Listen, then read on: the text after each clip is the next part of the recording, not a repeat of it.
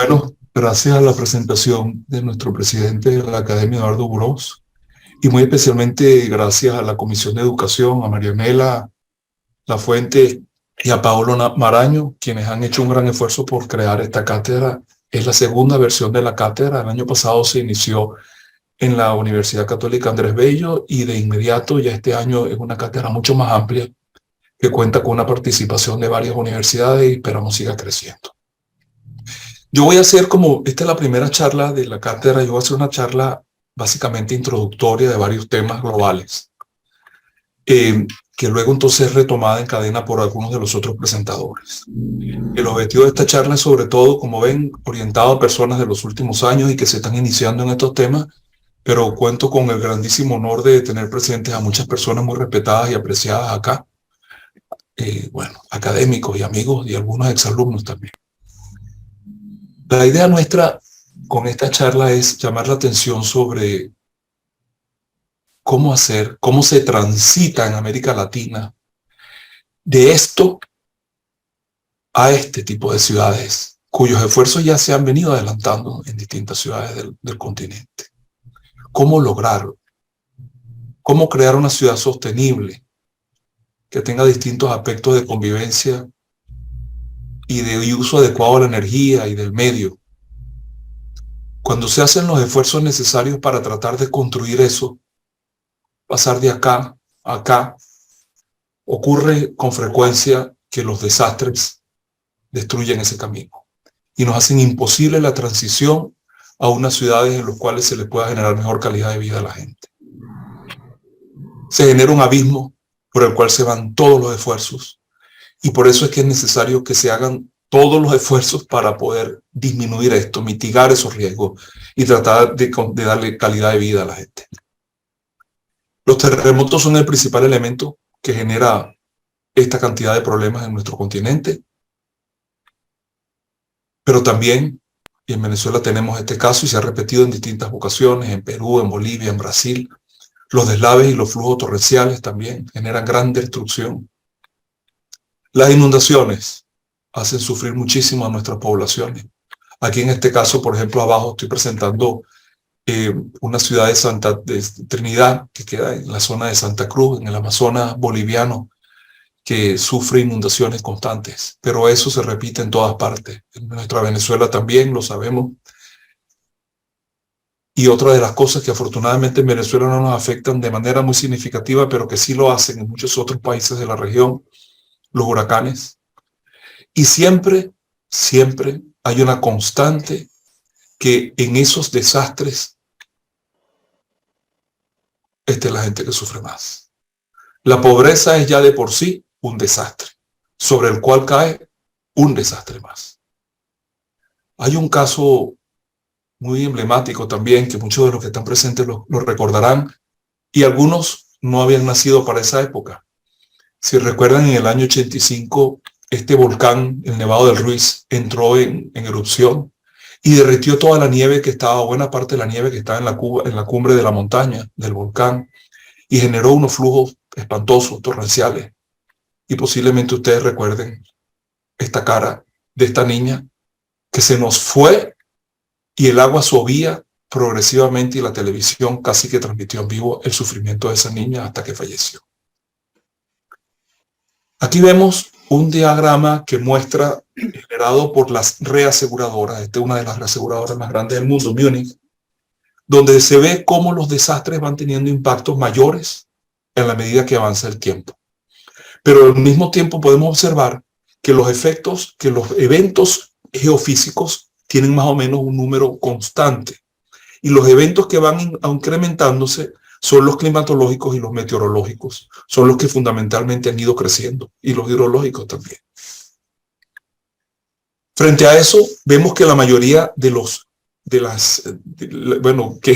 esos eventos generan grandes pérdidas, pero son muy pocas las pérdidas que pueden quedar aseguradas, con los cuales se recuperen los recursos y la gente pueda producir, o los gobiernos puedan producir la recuperación. En la línea de arriba vemos las pérdidas totales y en la línea de abajo vemos la tendencia de las pérdidas que han sido aseguradas.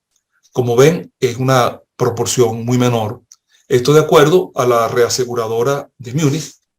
Y luego a continuación tenemos otra de las grandes aseguradoras, que es la Swiss Re, que presenta también números similares, en los cuales una pequeña proporción de las pérdidas están aseguradas. Aquí vemos algunos elementos sobre el número de personas que han fallecido en los eventos, en los peores eventos. Y bueno, en el año 70 vimos que hubo una gran tormenta en Bangladesh y el terremoto de Perú, que es lo que acumula mayor cantidad de pérdidas. Eso fue ese año. A continuación, Múnich representa aquí los eventos más mortíferos desde el año 80. Aquí falta incluir el de Turquía reciente. Como ven, el número de víctimas puede ser brutal y destaca significativamente el terremoto de Haití de 2010, del cual hablaremos con más profundidad a continuación. Pero cuando revisamos en la historia muchos de los elementos de los efectos grandes de los desastres, podemos ver algunos de estos acá.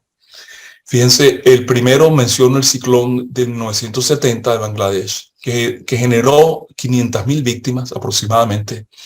Pero no solamente eso, sino que generó una severísima crisis política.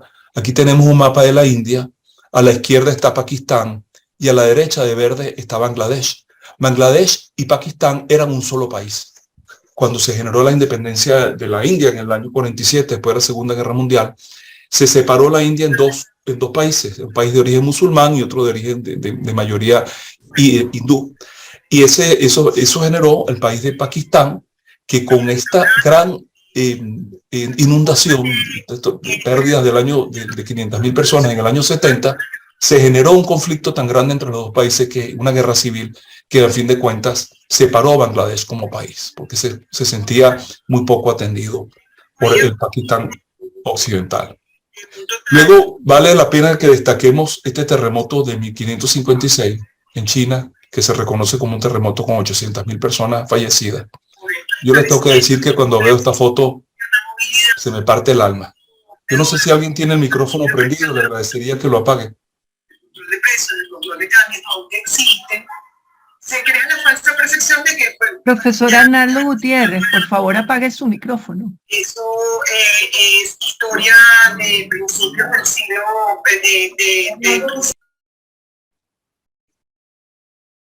Luego tenemos que la inundación del río Yangtze de 1887 generó de 900.000 personas fallecidas a 2 millones de personas fallecidas. Inclusive en el año 1931 otra crecida del río Amarillo, del río Yangtze, generó 150.000 ahogados y 2 millones de fallecidos. Pero luego vino una hambruna impresionante que la National Atmospheric Agency la considera que tuvo casi 4 millones de personas fallecidas. Los sismos en el mundo han marcado lo que podemos decir son los límites y sus zonas de ocurrencia, con los cuales se marcan las placas y sus movimientos con posteriores estudios, y las zonas de mayor riesgo sísmico. Podemos observar aquí que básicamente la zona de mayor riesgo sísmico, si regresamos acá, está en la placa del Pacífico, que abarca toda la zona occidental de América y luego también toda la zona de Asia. Y aquí es donde se generan la mayor cantidad de eventos o los más destructores del mundo. Y aquí vemos unos mapas de riesgo aproximados, en los cuales la falla del Pacífico aparece de nuevo como un cinturón de terremotos, pero también la zona central aquí de Euroasia, en la cual está el origen del terremoto reciente de Turquía. Otro de los eventos significativos fue el terremoto de Sumatra, el cual fue de magnitud 9.1, magnitud de momento 9.1, pero generó un número de víctimas muy significativo por efectos del tsunami. Fíjense, aquí vemos... Hablando pura paja. Por favor, ¿pueden apagar el micrófono? No tengo el micrófono abierto.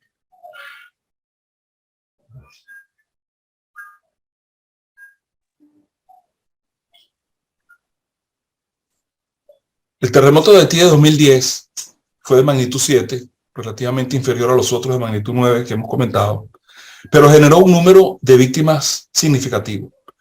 Hay algunas instituciones que estiman que fueron 222.000 personas, pero el gobierno de Haití estima que más o menos fueron 315.000. Pero tal vez lo peor de eso no fue solamente el número importante de víctimas que se produjeron, sino que luego vinieron los cascos azules de las Naciones Unidas a ayudar, y entre ellos había cascos azules de origen nepalés, los cuales eran portadores del cólera, y eso generó todavía 4 o 5 mil millones, 5 mil personas muertas adicionalmente, porque todo el sistema de alcantarillado de Haití en la zona de Puerto Príncipe, la capital, había estado destruido. En Haití, entonces, 2010, vemos efectos como estos. Y el terremoto de Chile, de 2010 también, un terremoto muy significativo de magnitud 8.8, muy superior al de magnitud 7 de Chile, de Haití, generó 790 metros, cifra significativa, pero no es comparable con la que se generó en Haití con un terremoto de menor magnitud. Pero este terremoto generó también, aparte de grandes pérdidas, generó un tsunami que viajó desde Chile, desde su epicentro, hasta Japón. A las 21 horas, luego de ocurrido el evento, se consiguió que el tsunami llegó a Japón y produjo también sus gastos, sus daños en Japón. Eso fue en el año 2010. A continuación, en el año 2011 ocurrió el terremoto de Tohoku, que fue un terremoto muy importante porque produjo un tsunami significativo y también destruyó las plantas de la planta nuclear de Yokohama. Y ese terremoto tuvo una significativa, generó significativas pérdidas de 300 mil millones de dólares. Y también generó su tsunami que llegó a Chile a las 21 horas. Ese terremoto ocurrió en una zona en la que no había un sismo de magnitud similar desde hacía más de 1000 años. La máxima velocidad del tsunami, como siempre, de aproximadamente 800 kilómetros por hora, y el tsunami alcanzó 40 metros de altura. Entre los sismos de mayor magnitud, aquí están, y todos estos sismos están asociados a la falla, a la placa del Pacífico. Y este sigue siendo el sismo con mayor magnitud registrado y que se ha podido analizar en los años 60, desde que existe la instrumentación que, digamos, llamamos moderna. Pero fíjense ustedes, el sismo, bueno, quiero hacer pero los sismos más mortíferos han sido estos que están acá, algunos de los que ya he mencionado, y el de Haití, con este número dudoso de entre 222 mil y 315 mil víctimas. El sismo de Japón liberó 1000 veces más energía que el sismo de Haití. El sismo de Haití era magnitud 7 y el de Japón magnitud 9. El de Haití representa aproximadamente 25 bombas atómicas, mientras que el de Japón 25.000. Recuerden que esta es la escala de los logarítmica que explica las magnitudes y la relaciona la magnitud con la energía liberada. Pero vemos entonces que un sismo como el de Haití de magnitud 7, comparado con el de Chile, que fue magnitud 8.8, en uno que es significativamente menor, generó una cantidad de muertos que es muy superior a esto. Con lo cual podríamos utilizar esto como una suerte de índice de vulnerabilidad de la sociedad haitiana. Y nos conseguimos entonces que Haití es una sociedad que es aproximadamente 150.000 veces más peligrosa que Chile.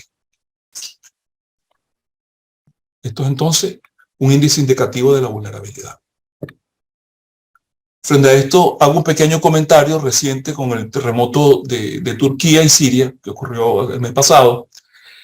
Y quiero resaltar aquí sobre todo que bueno, significativo, con una cantidad de sismos, de réplicas, de más de 7.500 réplicas y sobre todo 44.000 fallecidos. Pero aquí hay que destacar un tema muy grave, que el gobierno bueno, cuando estaba en campaña electoral, el actual presidente de Turquía, Erdogan, él promulgó un decreto según el cual en 2019 se le permitía a las personas no tener que reparar sus viviendas para ponerlas a nivel del código.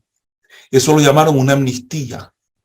Y esa amnistía trajo consecuencias significativas en el número de pérdidas, tanto humanas como materiales, en el terremoto de Turquía. Aquí yo les preguntaría a ustedes, ¿qué ciudad de América Latina es esta? En realidad pueden ser muchas. Se nos parece mucho Caracas. Pero nuestra Caracas estaría más esta zona de Caracas al menos, se parecería más a esto, a Haití, o inclusive a Japón o a Chile. ¿Dónde está ubicada nuestra ciudad? ¿Cómo se combina? ¿Y dónde está? Quiero entrar en un tema ahora que serían algunos números que manejan las multilaterales en relación a la problemática de la vivienda.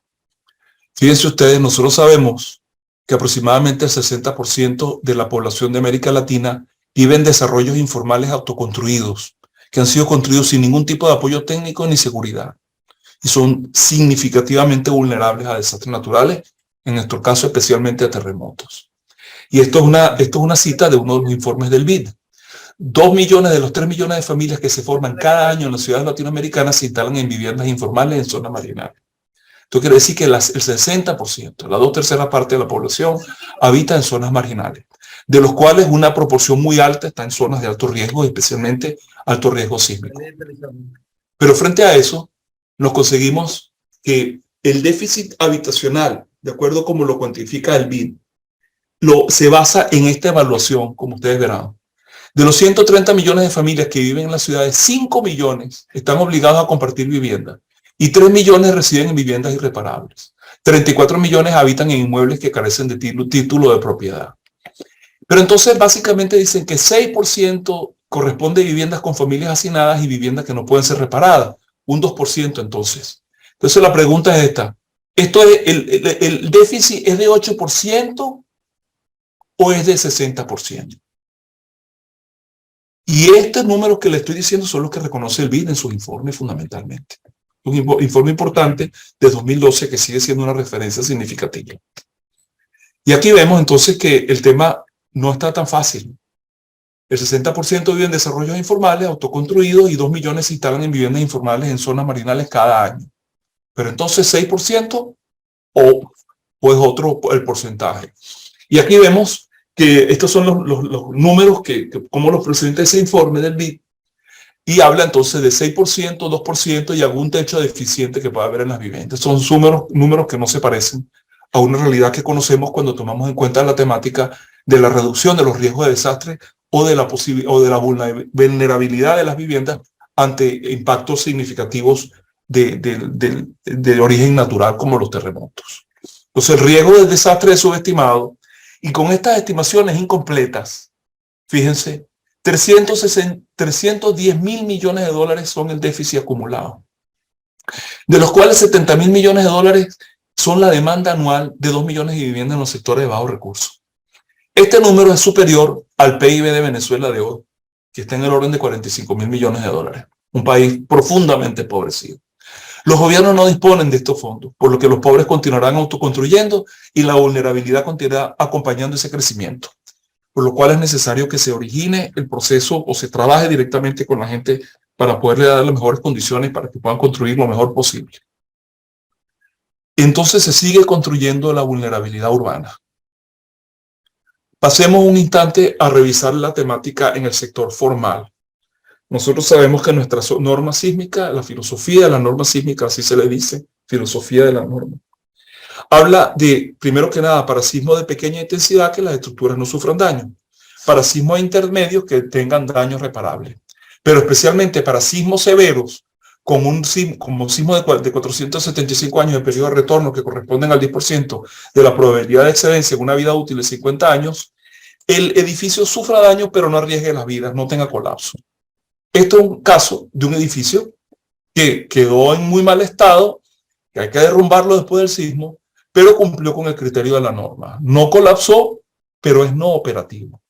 De esa manera, si esto fuera un hospital, nosotros no tendríamos la forma, a pesar de que con los hospitales se trabajan con periodos de retorno ya de 1000 años, eso todavía no es suficiente para que nosotros podamos atender una emergencia a la hora de la ocurrencia de un evento. Y en elementos no estructurales se producen luego daños que convierten a las estructuras en estructuras no operativas. Y eso lo hace imposible que se pueda recuperar en algunos casos la vivienda y estructuras que son fundamentales para la recuperación. También se producen significativos daños en las vías, en las líneas vitales, daños en distintas líneas vitales. Y bueno, el construir la resiliencia es un puente para retomar el camino del desarrollo. Las trampas de resiliencia se nos dan cuando algunos países tienen muy poca capacidad de recuperación. Eso quiere decir que ocurre un evento y antes de que el país se recupere, viene otro evento más. Y eso ha ocurrido en distintas ocasiones en distintos países y el mejor ejemplo es Haití. Y aquí vemos que en muchos casos esos países además quedan atrapados en temas tienen una inseguridad alimentaria significativa y tienen altas limitaciones para tener en la parte del comercio y la recuperación económica. Eso es lo que se llama trampas de resiliencia. La resiliencia entonces es el puente para recuperar el camino del desarrollo emergente y sostenible. Estructuras como estas las tenemos de toda la vida y se pueden recuperar. La resiliencia entonces tiene que entender y trabajar con estas lecciones de terremotos recientes. Con estructuras construidas sin normas o con normas desactualizadas. En estructuras adecuadas a normas pero dañadas y no funcionales. En terremotos más fuertes de lo previsto en las normas. Con efectos de fallas cercanas. Efectos de fallas lejanas para edificios altos. Efectos de réplica de terremotos que generan colapsos e inclusive muchas veces dejan a los rescatistas, también los matan adentro. Tsunamis de gran magnitud, licuefacción de suelo, que es un elemento fundamental, y daños en las líneas vitales. Son elementos fundamentales que deben tomarse en cuenta en los diseños más allá de las viviendas y de las edificaciones. Una recuperación inmediata requiere de funcionamiento de hospitales, de centros estratégicos de atención, de bomberos y de policía, sin daños a la estructura ni equipo, pero construir esas tendencias hacia la resiliencia conllevan también la necesidad de organizarse con las comunidades. Inclusive en caso en que terremotos no son muy severos, puede convertirse en grandes catástrofes si no se recupera rápidamente un número crítico de servicios, viviendas y negocios claves para reactivar la actividad de la gente. Puede, por ejemplo, si se destruyen los sistemas de cloaca, vemos que se pueden generar epidemias y eso es frecuente. Y como ejemplo, en esta institución, en la Asociación de Planificación Urbana de San Francisco, considera que para la recuperación luego de un terremoto de vivienda es necesario que las tiendas que venden equipos para reconstrucción, materiales de vivienda, sean también uno de los elementos fundamentales que tienen que estar activados y protegidos a la hora de un sismo. Y también las personas que viven, que trabajan, los empleados que trabajan allí, tienen que tener la posibilidad de vivir cerca para poder atender ese negocio y estimular la recuperación rápida como parte de la resiliencia. La resiliencia exige cambios profundos en la comprensión, planificación y acción de la reducción de riesgo de desastre, las normas sísmicas con exigencias mayores y más sofisticadas para que podamos superar estos criterios y se trabaje con estructuras con el daño más reducido. Baja de ahí, papá. La medida de adaptación requiere entonces conocer la amenaza, disminuir la vulnerabilidad e incrementar la resiliencia. Hay algunos casos más que quisiera mencionarles también. Esto fue un terremoto en Taiwán que activó una falla que inclusive fue estudiada por el propio Richter en 1930 y generó una destrucción significativa en puentes y en represas, también acá. Luego también, este es un caso que siempre se recuerda cuando nos estudia ingeniería sísmica, la licuefacción de suelo que ocurrió en este sismo en Japón en el año 64. Luego también en ese mismo sismo de Japón se destruyeron una cantidad importante de vías por efectos de licuefacción del suelo. Y ahí fue cuando básicamente se entiende que las vías que tienen una sola columna, una monocolumna, quedaron completamente destruidas allí.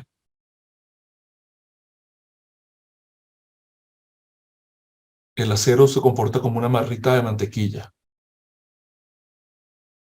Con el sismo de Chile de 2010, hubo un sufrimiento significativo de la infraestructura vial. Y nosotros en Caracas tenemos una cantidad de infraestructura que no ha sido actualizada, ha sido estudiada, pero no ha sido rehabilitada y no se han tomado en cuenta las lecciones aprendidas. Esto también ocurrió en Chile, por licuefacción de suelos. Y esto que está aquí, que estoy mostrando acá, son viviendas de adobe que se construyeron tanto en Managua en el año 72 como en Popayán, en Colombia, en el año 99. O sea, cuando la gente, y hay algunas, sobre todo algunos amigos arquitectos, yo recuerdo en la ULA había unas personas proponiendo, insistieron en que se construyeran unas viviendas de adobe. Afortunadamente eso se pudo detener en una época. pero en la construcción de viviendas adobe es algo que conlleva un riesgo significativo porque no tienen su capacidad. Para poderlas hacer resistentes a sismos, ya pierden el sentido de lo que es una vivienda de adobe, son muy pesadas, etcétera. Y aquí hay un ejemplo de cómo esas viviendas quedaron completamente destruidas. Es necesario entonces tener políticas en el sector vivienda que incluyan el desarrollo anticipado para atender de manera planificada el crecimiento habitacional y sobre todo que tengan apoyo técnico para la gente. Aquí vale la pena que resaltemos también el caso de las edificaciones escolares, que ha sido muy estudiado por distintos colegas, especialmente liderado por Oscar López, donde se ha estudiado el efecto de cómo fallaron algunas infraestructuras. Este fue el terremoto de Cariaco, por efectos de la columna corta, y aquí hay unos refuerzos que se utilizan en México para reforzar las estructuras y controlar los desplazamientos y a impedir que se genere este efecto de la columna corta que se consiguió por ejemplo, en esta edificación escolar en Cariaco.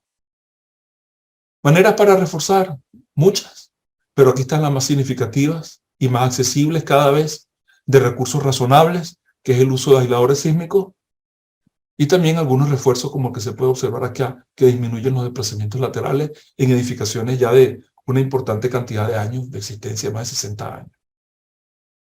En viviendas los refuerzos pueden hacerse también de manera relativamente sencilla, con elementos de acero.